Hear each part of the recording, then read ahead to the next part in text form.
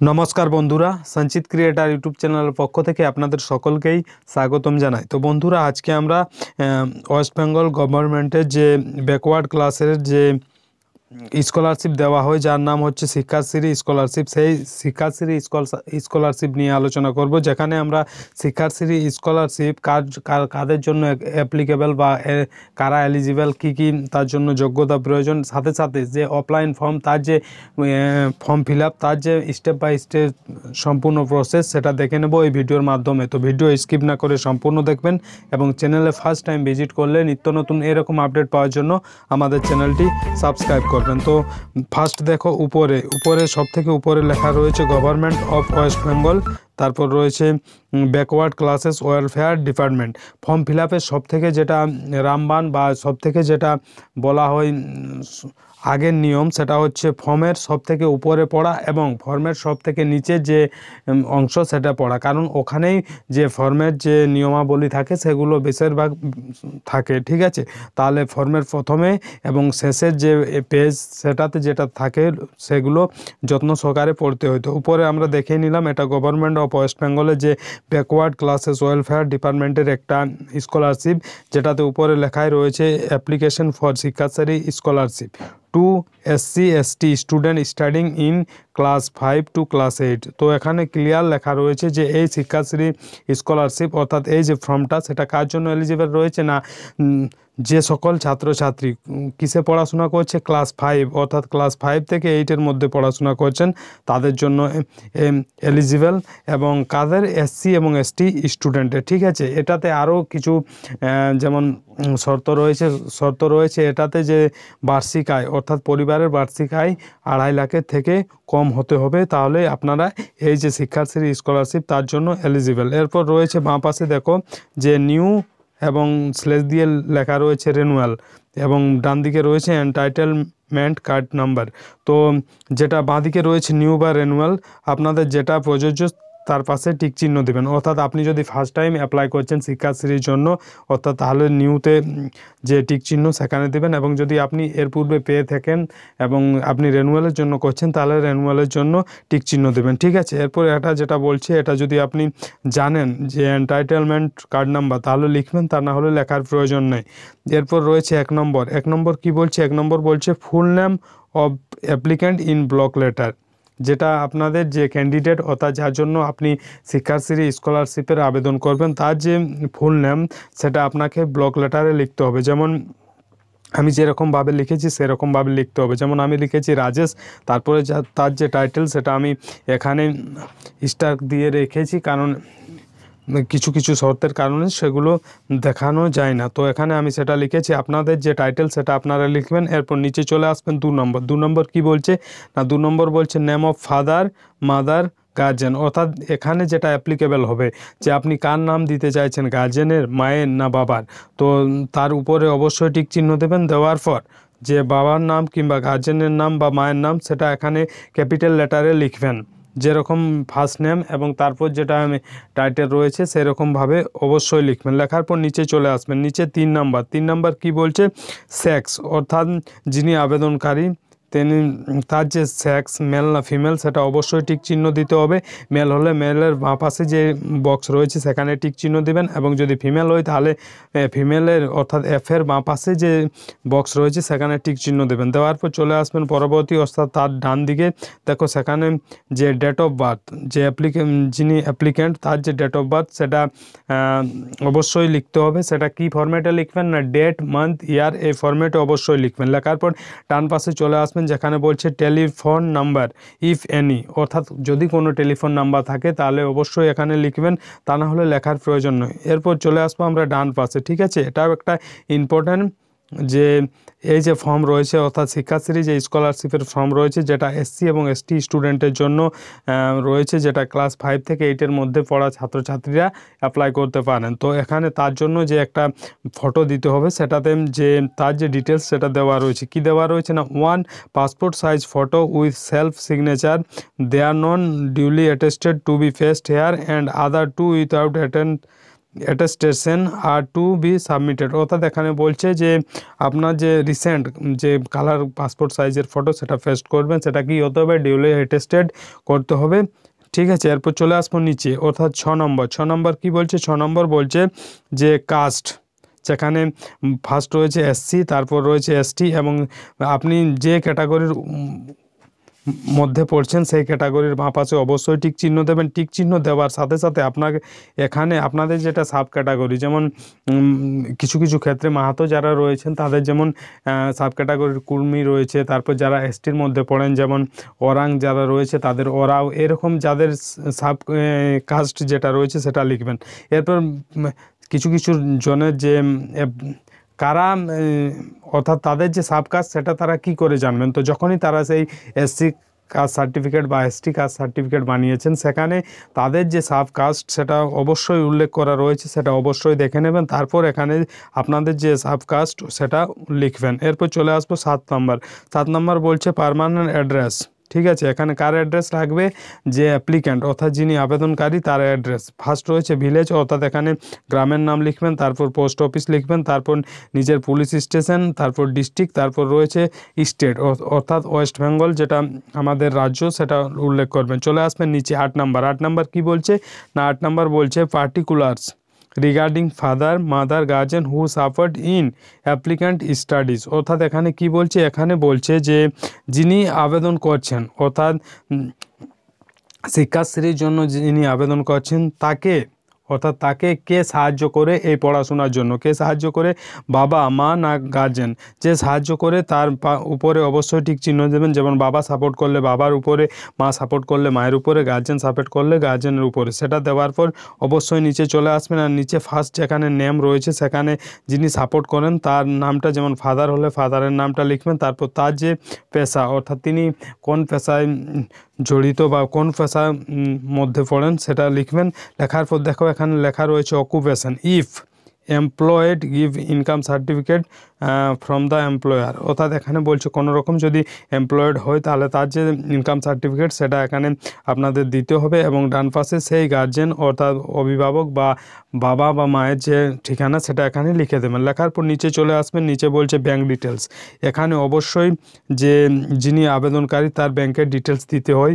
কোনো কোনো ক্ষেত্রে কি কি হয় না, যেখানে অ্যাপ্লিক্যান্ট অর্থাৎ যে ইনস্টিটিউশনে পড়াশোনা করছেন সেখান থেকে কি বলেন, কোনো কোনো সময় বলে থাকেন যদি আবেদনকারীর নিজের ব্যাংক অ্যাকাউন্ট নেই তাহলে কোনো কোনো ক্ষেত্রে বাবা কিংবা মায়ের ব্যাংক অ্যাকাউন্ট সেখানে দিতে বলা হয়। তো এখানে যেহেতু ব্যাংক ডিটেলস বলা হয়েছে তাহলে আমরা মেনে নিব এখানে যে অ্যাপ্লিক্যান্ট অর্থাৎ আবেদনকারীর যে ব্যাংকের ডিটেলস এখানে চেয়েছে। তো ফার্স্ট চেয়েছে ব্যাংকের নাম, ঠিক আছে, যে ব্যাংকে যে সেভিং অ্যাকাউন্ট রয়েছে সেই ব্যাংকের নামটা এখানে লিখবেন, তারপর ব্রাঞ্চ আপনাদের ব্রাঞ্চের নামটা লিখবেন, তারপর এসবি অ্যাকাউন্ট নাম্বার অর্থাৎ সেভিং ব্যাংক অ্যাকাউন্ট নাম্বার এখানে লিখবেন, এবং আইএফএসসি কোড অবশ্যই লিখবেন।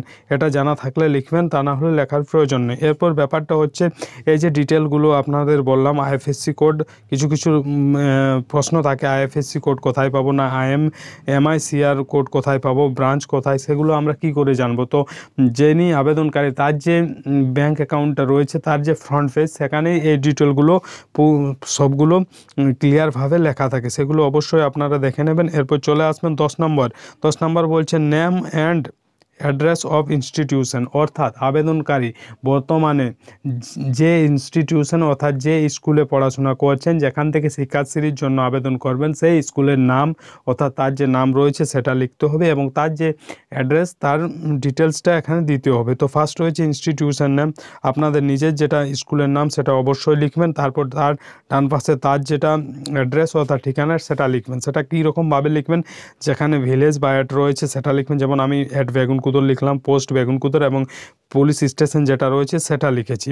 এরপর বলছে যে ক্লাস অফ স্টাডি, অর্থাৎ এটা বলছে বর্তমানে অর্থাৎ প্রেজেন্ট টাইমে যে শিক্ষাবর্ষের জন্য আবেদনকারী এই শিক্ষাশ্রী যে স্কলারশিপ তার জন্য আবেদন করছেন সেই শিক্ষাবর্ষে বর্তমানে কোন ক্লাসে পড়াশোনা করছে সেই ক্লাসটা এখানে উল্লেখ করতে হবে।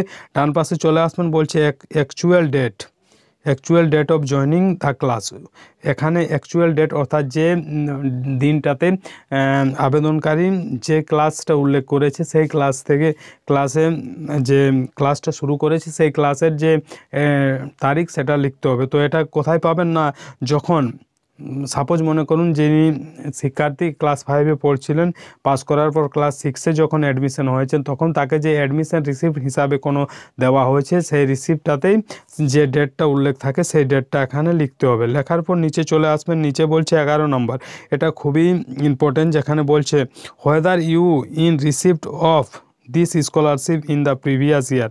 অর্থাৎ এখানে বলছে যে আপনি কি এর পূর্বের যে শিক্ষাবর্ষ ছিল সেখানে কি আপনি এই স্কলারশিপ পেয়েছেন। যদি ইয়েস হয় ইয়েসের পাশে টিক চিহ্ন, যদি নো হয় নোয়ের কাছে টিক চিহ্ন। এরপর বলছে ইফ ইয়েস, যদি আপনি ইয়েস করেন তাহলে কি করতে হবে না, নিচের যে ডিটেলটা বলা হয়েছে সেটা আপনাদের ফিল করতে হবে। তো নিচের ডিটেলে কি বলা হচ্ছে না, নিচের যে ডিটেল রয়েছে সেখানে বলছে অ্যামাউন্ট রিসিভ, অর্থাৎ কত টাকা পেয়েছেন এটা এখানে লিখতে হবে।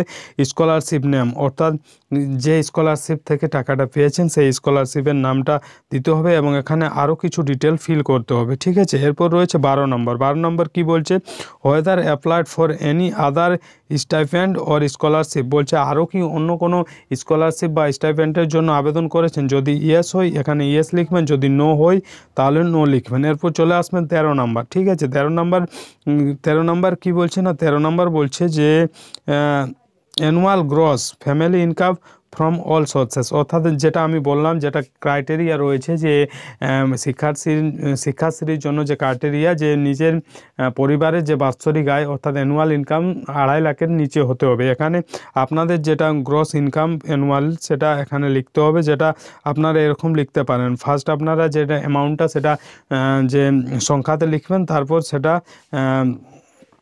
ইংরেজিতে লিখে দিতে পারেন যেরকমভাবে আমি লিখেছি, ঠিক আছে। এরপর নিচে চলে আসবেন, বাঁ পাশে বলছে ডেট এবং প্লেস, এখানে নিচে যে ডেটে আপনি সেটা আবেদন করছেন বা ফিল করছেন সেই ডেটটা দিবেন এবং প্লেসটা দিবেন। তারপর বলছে signature of the father mother guardian, এখানে আবেদনকারী যিনি ফাদার কিংবা মাদার বা গার্জেন তার যে সিগনেচার সেটা এখানে করিয়ে নেবেন। ডান পাশে সিগনেচার অফ দ্য অ্যাপ্লিক্যান্ট, অর্থাৎ যিনি আবেদন করছেন এই স্কলারশিপের জন্য তার যে সিগনেচার সেটা এখানে করাবেন। করার পর চলে আসবেন পরবর্তী পেজ অর্থাৎ 2 নম্বর পেজ, সেখানেও কিছু ইম্পর্টেন্ট জিনিস অর্থাৎ পার্টস রয়েছে সেগুলো দেখে নিতে হবে। সেই পার্টে কি বলা হচ্ছে, যেখানে বলছে যে the statement made by the applicant at serial number 1 to 13 are correct to the best of my knowledge, অর্থাৎ এখানে কি বলছে, এখানে signature of head of institution, অর্থাৎ এখানে যে হেড টিচার বা হেডমাস্টার যিনি থাকবেন তার যে সিল এবং তার যে সিগনেচার এখানে দিতে হবে।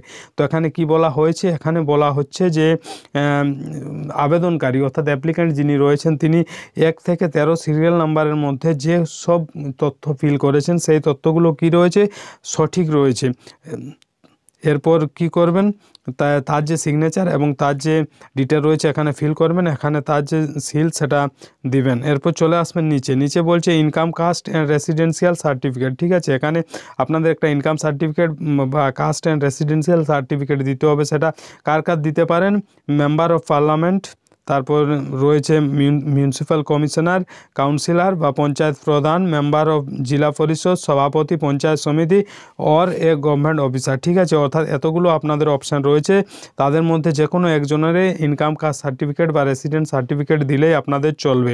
এরপর তাদেরকে এখানে একটা